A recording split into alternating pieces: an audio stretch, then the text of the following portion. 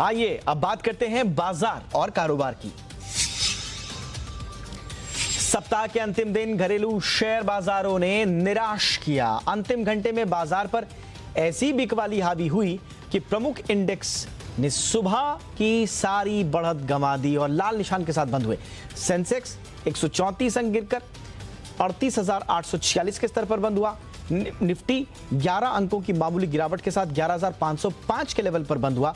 आज BSE mid cap index 1/4% टूटा, लेकिन स्मॉल कैप इंडेक्स 1/4% मजबूत होकर बंद हुआ। गूगल ने पेटीएम को बड़ा झटका दिया है। गूगल ने अपने प्ले स्टोर से पेटीएम ऐप को हटा दिया है। गूगल ने पेटीएम पर गैम्बलिंग और बेटिंग को बढ़ावा देने का आरोप लगाया है। गूगल ने कहा है कि प्ले स्टोर ऑनलाइन कसिनो और दूसरे गैम्बलिंग ऐप्स को भारत में इजाजत नहीं देता। पेटीएम ऐप पर फैंटेसी स्पोर्ट्स का प्रचार किया जाता है जिसमें गैम्बलिंग होती है। शायद यही वजह है कि कंपनी ने इसे हटा दिया है। पिछले कुछ दिनों से पेटीएम पर पेटीएम क्रिकेट लीग का प्रचार दिखाया जा रहा है। कंपनी का दावा है कि कस्टमर्स इसमें हिस्सा लेकर करोड़ों रुपए जीत सकते हैं। पेटीएम के भारत में 50 मिलियन मंथली एक्टिव यूजर्स हैं। अमेरिका की लॉ फर्म रोजे ने फिर से एचडीएफसी बैंक के खिलाफ मुकदमा दायर किया है। यह मुकदमा निवेशकों को हुए नुकसान की भरपाई करने के लिए दायर किया गया है। इस फर्म ने जुलाई में एक मुकदमा दायर किया था। इस मुकदमे से बैंक की दिक्कतें बढ़ सकती हैं। रोजेन का कहना है कि एचडीएफसी बैंक ने गलत स्टेटमेंट दिया था जिसकी वजह से निवेशकों को नुकसान हुआ, इसलिए बैंक को निवेशकों के नुकसान की भरपाई करनी चाहिए। रोजेन लॉ फर्म ने यह केस अमेरिका के डिस्ट्रिक्ट कोर्ट में दायर किया है। दुबई ने एयर इंडिया एक्सप्रेस की उड़ानों पर बैन लगा दिया है। यह बैन 15 दिनों के लिए लगाया गया है। एयर इंडिया एक्सप्रेस पर एक कोरोना पॉजिटिव पैसेंजर को दुबई लाने का आरोप है।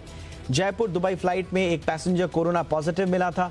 दुबई में फ्लाइट बैन के बाद एयर इंडिया एक्सप्रेस ने अपनी सभी उड़ानों को शारजा के लिए रीशेड्यूल कर दिया है। दुबई सिविल एविएशन अथॉरिटी ने एक लेटर में कहा है कि ऐसी दूसरी बार हुआ है जब एयरलाइंस किसी कोरोना पेशेंट को दुबई लाई है। ज्यादा व्यस्त रेलवे स्टेशन से ट्रेन पकड़ने के लिए अब अतिरिक्त चार्ज देना पड़ सकता है। केंद्र सरकार अब एयरपोर्ट की तर्ज पर रेलवे स्टेशन पर भी यूजर चार्ज लगाने पर विचार कर रही है। भारतीय रेलवे रीडेवलप और ज्यादा व्यस्त स्टेशनों पर यात्रियों से चार्ज वसूलेगा। यूजर चार्ज कितना होगा ये अभी साफ नहीं है। रेलवे बोर्ड के अध्यक्ष वीके यादव ने कहा है कि यात्रियों को बेहतर सुविधाएं देने और रेवेन्यू के लिए यह निर्णय लिया गया है। रेलवे ने साफ किया है कि यह चार्ज मामूली होगा। रेलवे जल्द ही इस बारे में एक नोटिफिकेशन भी जारी करेगा।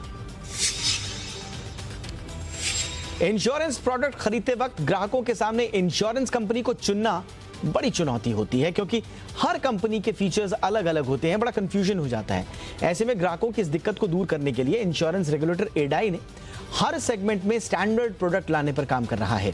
इसके तहत प्रॉपर्टी से लेकर एमएसएमई के लिए बेसिक इंश्योरेंस प्रोडक्ट बनाए जाएंगे जिसके फीचर लगभग एक समान होंगे। चाहे आप किसी भी कंपनी का प्रोडक्ट खरीदें, सब समान होंगे।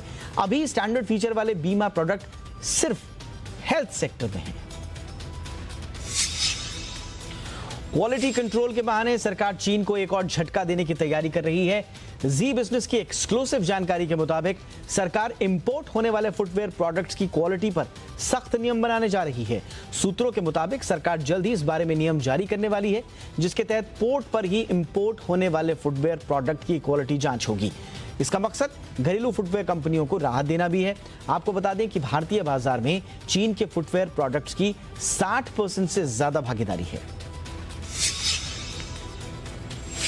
भारत ने चीन को एक और सबक सिखाने की तैयारी की है। अब देश में इंपोर्ट होने वाले सभी एलईडी प्रोडक्ट्स की जांच होगी। बीआईएस ने वाणिज्य मंत्रालय के तहत आने वाले बड़े बंदरगाहों जैसे कांडला, पारादीप, कोच्चि, मुंबई पर इंपोर्ट होने वाले एलईडी प्रोडक्ट्स के जांच के आदेश दिए हैं। आदेश के मुताबिक इंपोर्ट हो रहे कंसाइनमेंट से किसी भी सैंपल को रैंडम तरीके से चुना जाएगा।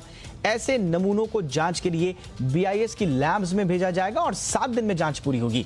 इस बात की जांच की जाएगी कि क्या ये एलईडी प्रोडक्ट्स सुरक्षा के मापदंडों पर खरे उतरते हैं। अमेरिकी कंपनी एप्पल भारत में अपना पहला ऑनलाइन स्टोर 23 सितंबर को लॉन्च करेगी। भारत में एप्पल का अब तक कोई फिजिकल स्टोर नहीं है और ना ही यहाँ खुद से ऑनलाइन प्रोडक्ट्स बेचती है वो। एप्पल के मुताबिक कंपनी के एक्सक्लूसिव ऑनलाइन स्टोर्स से अब कस्टमर्स सीधे प्रोडक्ट खरीद सकेंगे, यहीं से उन्हें सपोर्ट भी मिलेगा। कंपनी ने कहा है कि एप्पल ऑनलाइन स्टोर कस्टमर्स को वैसा ही प्रीमियम एक्सपीरियंस देंगे जैसा दुनिया भर में एप्पल स्टोर्स में है।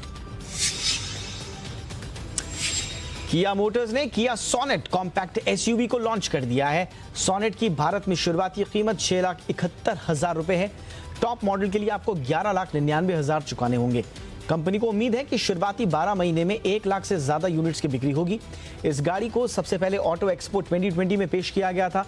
इसका मुकाबला मारुति ब्रेजा और ह्यूंडई वेन्यू से होगा। इस कार में प्रीमियम फीचर्स के साथ साथ कई इंजन ऑप्शंस भी अवेलेबल हैं। सोनेट भारत में किया मोटर्स की तीसरी कार है।